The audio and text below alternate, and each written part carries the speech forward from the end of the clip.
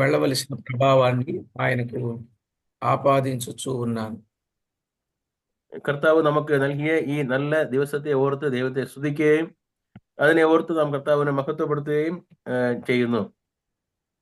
జీవము గల దేవుని వాక్యములో నుండి రాజుల మొదటి గ్రంథం 2వ అధ్యాయం 1వ వచనాన్ని చదువుకుందాం.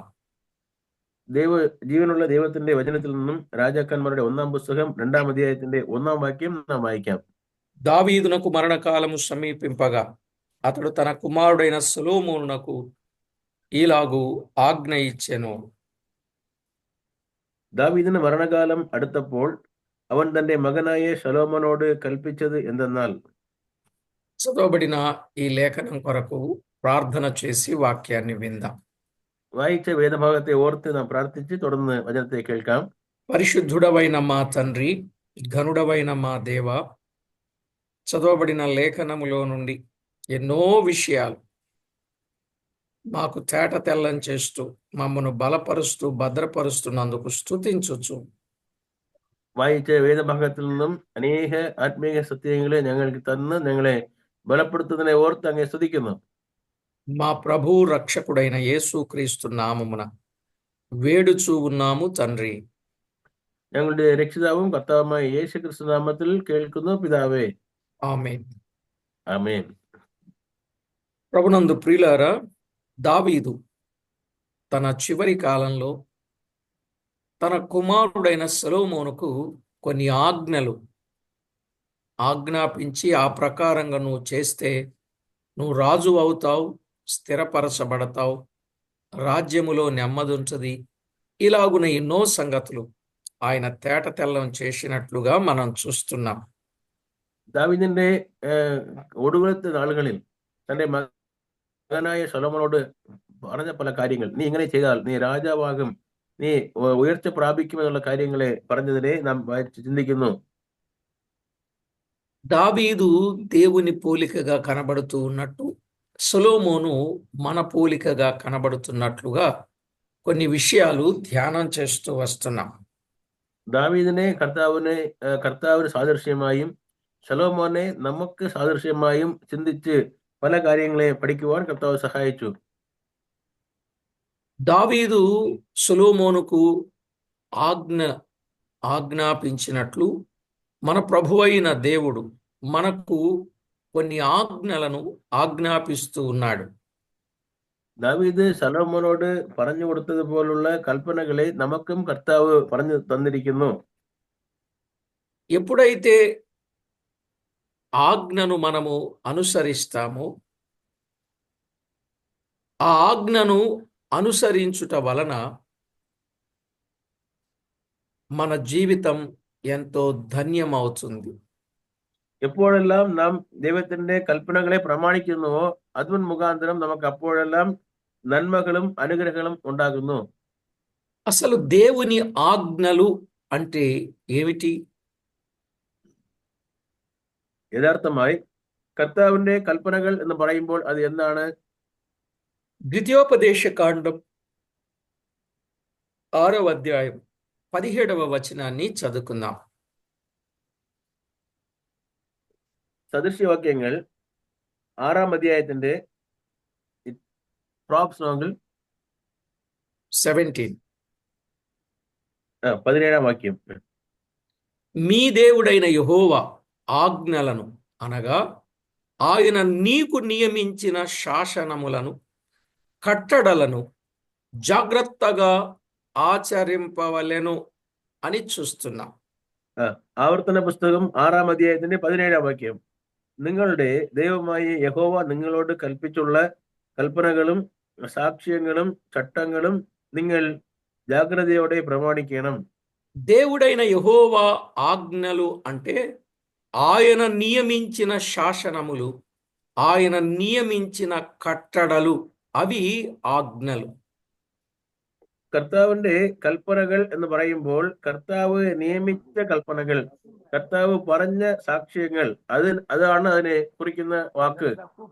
వాటిని జాగ్రత్తగా ఆచరింపవలెను, జాగ్రత్తగా ఆచరింపవలెను అని చెప్పాడు. അതിനെ ശ്രദ്ധയോടെ ജാഗ്രതയോടെ പ്രമാണിക്കണം എന്ന് പറയുന്നു. జాగ్రత్తగా ఆచరింపవలెను అంటే దాని అర్థం ఏంటి? ద్వితీయోపదేశ కాండం 4వ అధ్యాయం 2వ వచనంలో చెప్పాడు. നീ ജാഗ്രതയോടെ പ്രമാണിക്കണം എന്നുള്ള കാര്യത്തിന്റെ അർത്ഥം എന്തെന്ന് 4ാം അധ്യായത്തിന്റെ 2ാം വാക്യത്തിൽ നാം വായിക്കുന്നു. నీ దేవుడైన యెహోవా ఇచ్చిన ఆజ్ఞలను మీకు ఆజ్ఞాపించుచున్నాను, వాటిని గైకొనుటయందు నేను మీకు ఆజ్ఞాపించిన మాటతో దేనిని కలుపకూడదు, దానిలో నుండి దేనిని తీసివేయకూడదు. അവിടെ കർത്താവ് പറഞ്ഞു നോക്കുക, ഞാൻ നിങ്ങളോട് കൽപ്പിക്കുന്ന നിങ്ങളുടെ ദൈവമായ യഹോവയുടെ കൽപ്പനകളെ നിങ്ങൾ പ്രമാണിക്കണം. ഞാൻ നിങ്ങളോട് కల్పిస్తున్న వచనങ്ങളోട് కూటుగయో അതിൽ നിന്ന് കുറയ്ക്കുകയോ చేయరుது. కాబట్టి జాగ్రత్తగా ఆచరించాలి అనంటే ఆ గైకొనుట యందు దేవుడు ఆజ్ఞాపించిన మాటలో దేనిని కలుపకూడదు, దానిలో నుండి దేనిని తీసివేయకూడదు. ఇది ఆయన చెప్పిన విధానం. ജാഗ്രതയായി കൈക്കൊള്ളണം എന്ന് പറയുന്നതിന്റെ അർത്ഥം കർത്താവ് പറഞ്ഞ വാക്കുകളിൽ നിന്ന് ഒന്നും കൂട്ടുകയും പാടില്ല, കുറയ്ക്കുകയും పాడిల్ల. ప్రియులారా, దైవ లేఖనములో వ్రాయబడిన ఈ సత్యాన్ని మనము చాలా జాగ్రత్తగా ఆలోచన చేసి ఆయనకు మహిమకరంగా జీవించాలి. జాగ్రత్తగా అనే మాటలో కలుపకూడదు, తీసివేయకూడదు అని చెప్పాడు. ద్వితీయోపదేశ కాండములో 11వ అధ్యాయం 22వ వచనములో ఒక మాట మనం చూడొచ్చు. ജാഗ്രതയോടെ പ്രമാണിക്കണം എന്ന് പറഞ്ഞ വാക്ക് നാം വായിച്ചപ്പോൾ അതിൽ നിന്ന് ഒന്ന് കൂട്ടുകയും പാടില്ല, കുറയ്ക്കുകയും പാടില്ല എന്ന് പറഞ്ഞു. അത് മാത്രമല്ല, ആവർത്തന പുസ്തകം 11ാം അധ്യായത്തിന്റെ 22ാം വാക്യത്തെ వాయికింబోల్ మీరు మీ దేవుడైన యెహోవాను ప్రేమించి ఆయన మార్గములనన్నింటిలో నడచుచు ఆయనను హత్తుకొని, ఈ 3 మాటలు, ప్రేమించాలి, మార్గములలో నడవాలి, ఆయనను హత్తుకోవాలి, మీరు చేయవలన నేను మీకు ఆజ్ఞాపించు ఈ ఆజ్ఞలన్నింటినీ అనుసరించి జాగ్రత్తగా నడుచుకొనవలెను. అది జాగ్రత్తలో ఉన్న విశేషం. ജാഗ്രതയായി നടക്കണം, പ്രമാണിക്കണം എന്നതിന്റെ സാരാംശം അല്ലെങ്കിൽ മുഖ്യ അംശം എന്ന് വെച്ചാൽ ദൈവമായ യഹോവയെ സ്നേഹിക്കണം, അവന്റെ എല്ലാ വഴികളിലും നടക്കണം, അവനോട് ചേർന്നിരിക്കണം. ഈ 3 കാര്യങ്ങളെയും നിങ്ങൾ ജാഗ്രതയോടെ പ്രമാണിക്കണമെന്ന് കർത്താവ് പറയുന്നത് നാം വായിക്കുന്നു. కనుక ఆయన ఆజ్ఞలన్నింటినీ అనుసరించి జాగ్రత్తగా గైకొనాలి. ఎలా? యెహోవాను ప్రేమించి ఆయన మార్గములన్నింటిలో నడచుచు ఆయనను హత్తుకొని అన్నాడు. കർത്താവിനോട് മക്കൾ ജാഗ്രതയായിരിക്കണം. അത് എങ്ങനെ എന്ന് 3 കാര്യങ്ങൾ പറഞ്ഞിരിക്കുന്നു. അവനെ സ്നേഹിക്കണം, മാത്രമല്ല അവന്റെ എല്ലാ വഴികളിലും നടക്കണം, അവനോട് കൂടെ ചേർന്നിരിക്കണം. ఇంతకీ ఆయన శాసనములు, కట్టడలు, అవే ఆజ్ఞలు ఎంతకాలము గైకొనాలి? കർത്താവ് തന്നിരിക്കുന്ന പ്രമാണങ്ങളെയും കൽപ്പനകളെയും എത്ര നാളുകൾ നാം പ്രമാണിക്കണം? ద్వితీయోపదేశ కాండములోని 6వ అధ్యాయం 2వ వచనంలో చెప్పాడు. അത് ആവർത്തന പുസ്തകം 6ാം അധ്യായത്തിന്റെ 2ാം വാക്യങ്ങളിൽ നാം വായിക്കുന്നു. నీ దేవుడైన యెహోవా భయపడి నేను నీకు ఆజ్ఞాపించు ఆయన కట్టడలనన్నియు ఆయన ఆజ్ఞలన్నీయు నీ జీవిత దినములన్నింటను గైకొనుచు అన్నాడు.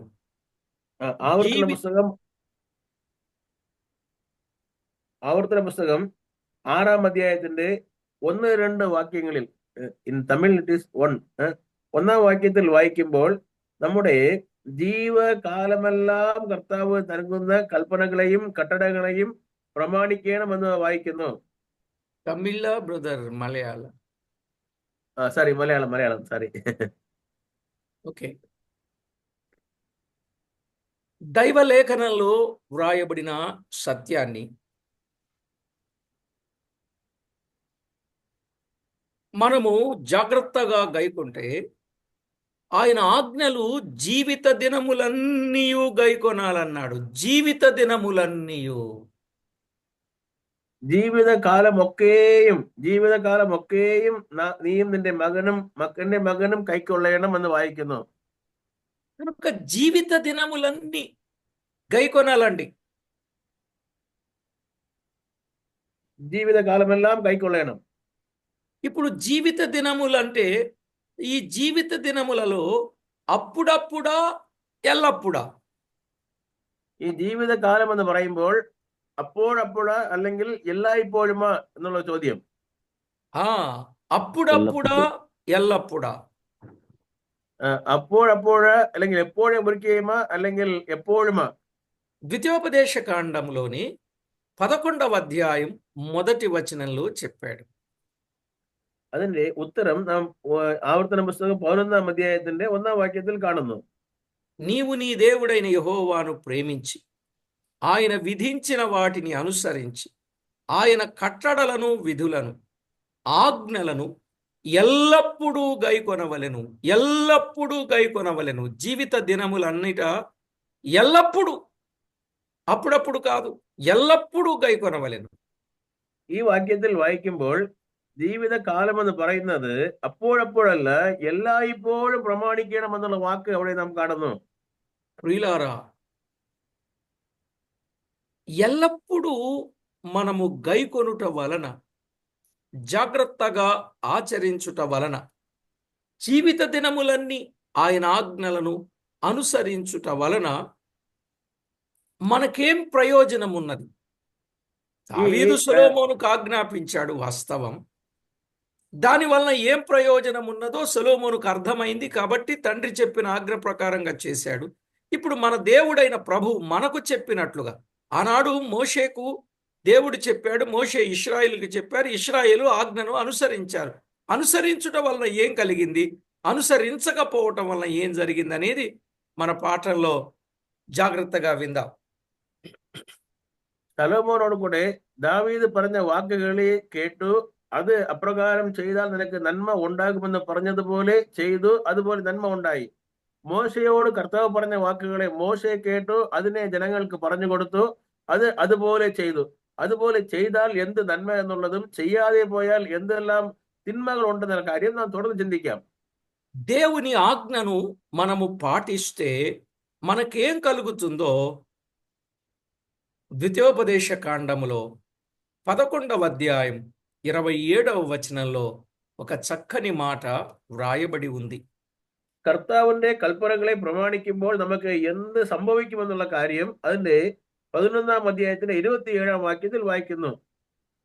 నేడు నేడు నేను మీకు ఆజ్ఞాపించు మీ దేవుడైన యెహోవా ఆజ్ఞలను మీరు వినిన ఎడల దీవెనయు దీవెనయు.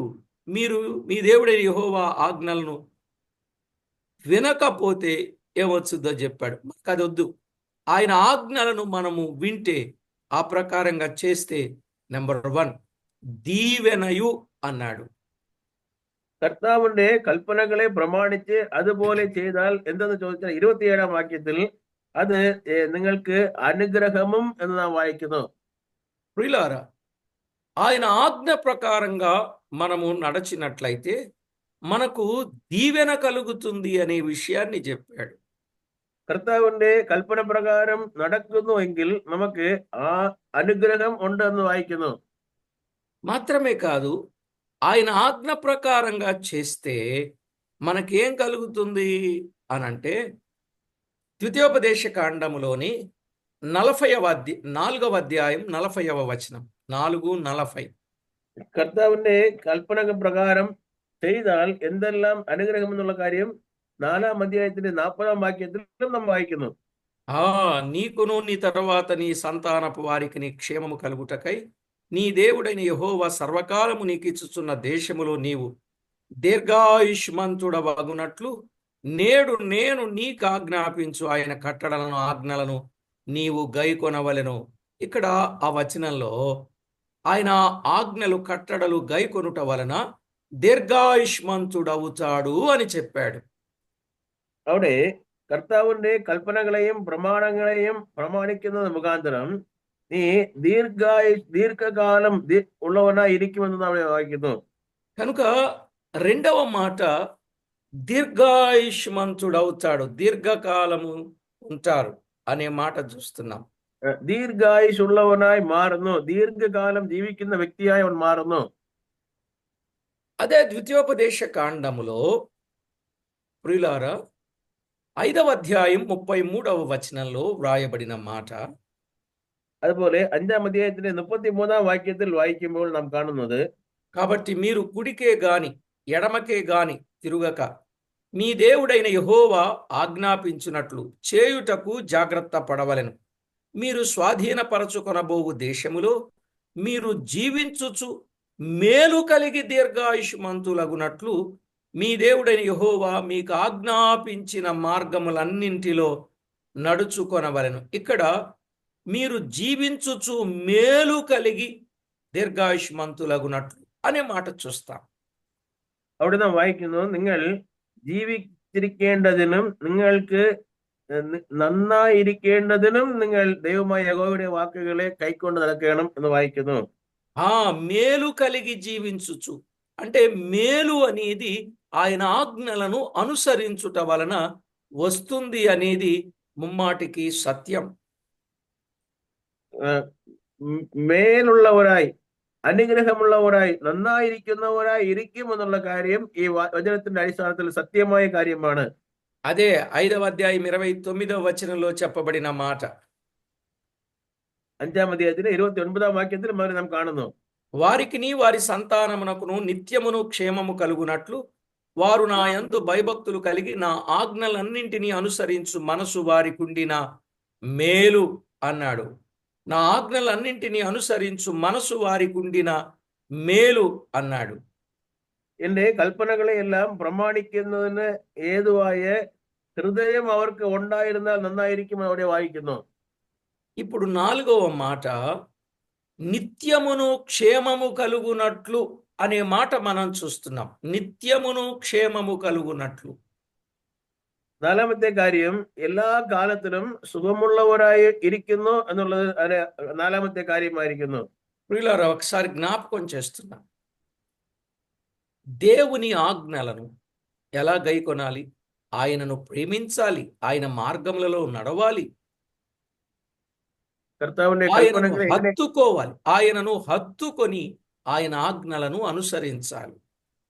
കർത്താവിന്റെ കൽപ്പനകളെ എങ്ങനെ കൈക്കൊള്ളണം, അത് പ്രമാണിക്കണം, പാലിക്കണം, അതിനെ പറ്റിക്കൊണ്ട് അതിനെ കൈക്കൊണ്ട് ജീവിക്കണം എന്നുള്ള കാര്യങ്ങൾ നാം കാണുന്നു.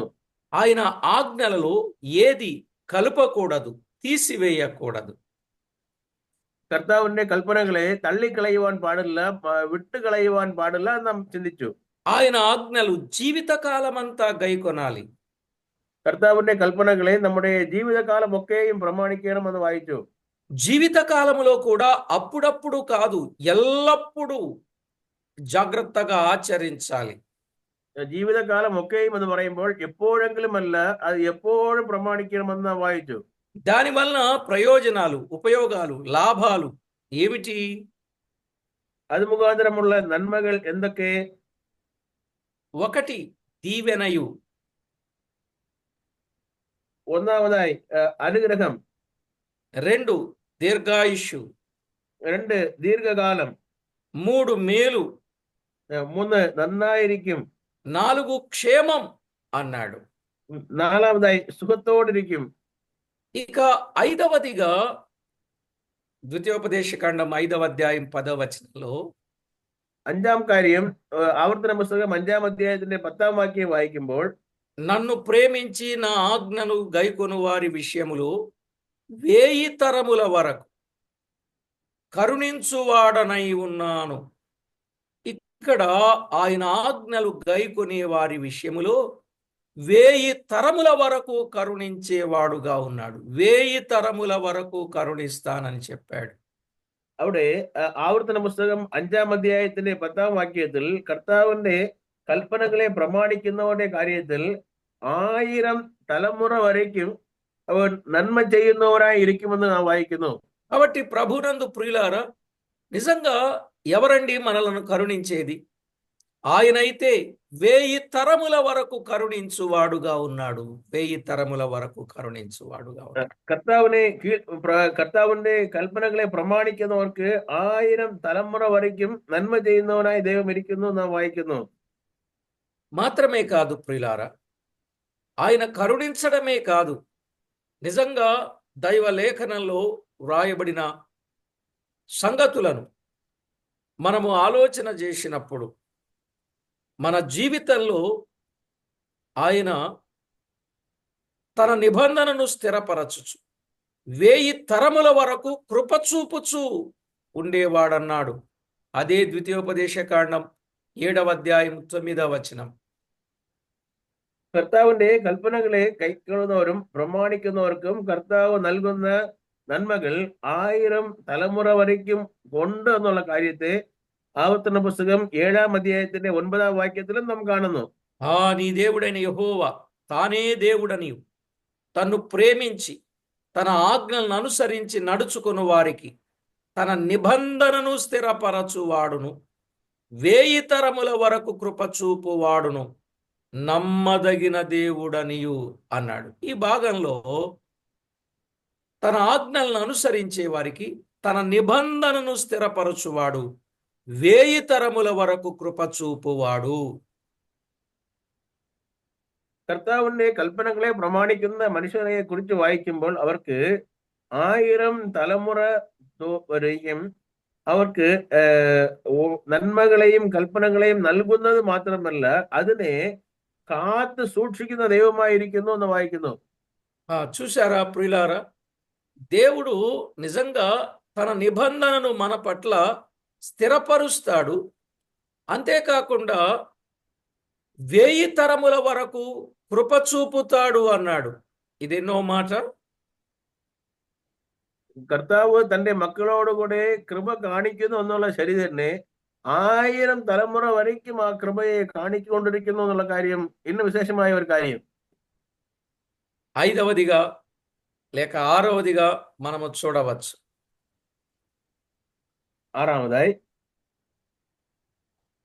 ప్రియులారా, దైవ లేఖనంలో వ్రాయబడిన మాట, ఆయన ఆజ్ఞలను అనుసరిస్తే ఏం జరుగుతుందో ద్వితీయోపదేశకాండం 15వ అధ్యాయం 5వ వచనాన్ని మనం చదువుకుందాం. കർത്താവിന്റെ കൽപ്പനകളെ പ്രമാണിക്കുന്നവർക്ക് വരുന്ന അനുഗ്രഹത്തെ കുറിച്ച് അതിന്റെ ఆవర్తన పుస్తకం 15ന്റെ 5.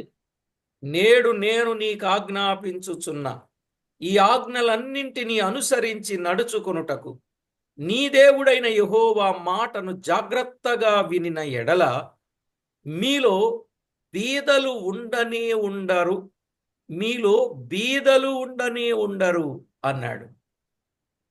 അവിടെ കർത്താവിന്റെ കൽപ്പനകളെ കൈക്കൊള്ളുമ്പോൾ നിന്റെ ദൈവമായ യഹോവ നിനക്ക് അവകാശമായി കൈവശമാക്കുവാൻ തന്ന ദേശത്ത് നിന്നെ ഏറ്റവും അനുഗ്രഹിക്കുമെന്ന് വായിക്കുന്നു. ప్రియులారా, బీదలు ఉండరండి. ఆయన ఆజ్ఞలను ఆలకింపకపోతే అంతా పేదరికం, బీదరికం, కరువు, క్షామం ఇవన్నీ ఏర్పడతాయి అనేది మనకు అర్థమవుతుంది. കർത്താവിന്റെ കൽപ്പനകളെ പ്രമാണിക്കാതെ പോയവരുടെ ദേശത്തിൽ ക്ഷാമവും ബാധകളും రోగങ്ങളും ഉണ്ടായതിനെ കുറിച്ച് നാം അറിയുന്നു. ఇంకా చాలా విషయాలు రాయబడి ఉన్నవి. వాటన్నింటి నుండి మనము గొప్ప పాఠాలు నేర్చుకుందాం. ఇక 7వదిగా ఒక మాట చెప్పి నేను ముగిస్తా. കർത്താവിന്റെ കൽപ്പനകളെ പ്രമാണിക്കാത്തവർക്കുള്ള കാര്യങ്ങളെ കുറിച്ച് നാം ധാരാളമായി ചിന്തിക്കുവാൻ സാധിക്കും. എങ്കിലും 7വതായി ഒരു കാര്യം പറഞ്ഞ് ഞാൻ നിർത്തുന്നു. ద్వితీయోపదేశకాండమే 11వ అధ్యాయం 9వ వచనం.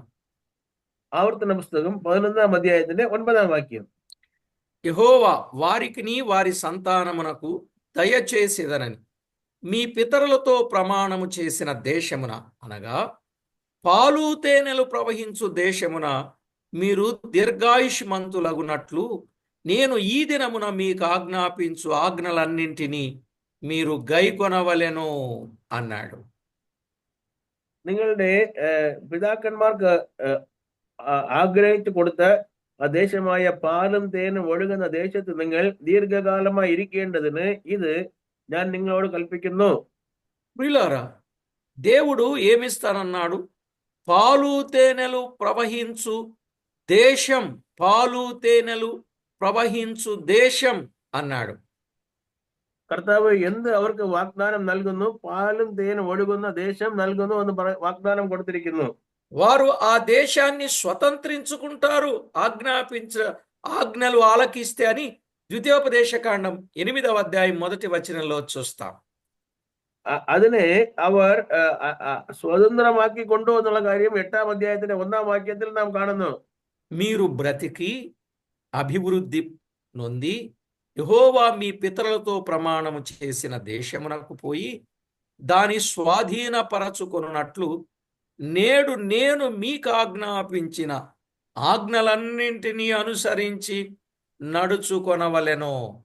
ఆయన ఆజ్ఞలను అనుసరించి నడుచుకొనినట్లయితే పాలు తేనెలు ప్రవహించు దేశమును స్వతంత్రించుకుంటారు లేదా స్వాధీనపరుచుకుంటారు, అందులో దీర్ఘాయుష్మంతులవుతారు అని చెప్పాడు.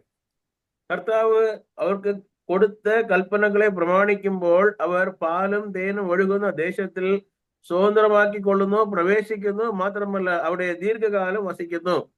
ఇప్పుడు చెప్పండి ప్రియులారా, దేవుని ఆజ్ఞలు గైకొనుట వలన పాలు తేనెలు ప్రవహించు దేశం, ఆహా, ఆ దేశాన్ని స్వాధీనం చేసుకుని అక్కడ అభివృద్ధి నొందొచ్చు, ఆయనకు మహిమ తెచ్చే వారంగా మనము ఉండగలుగుతాం.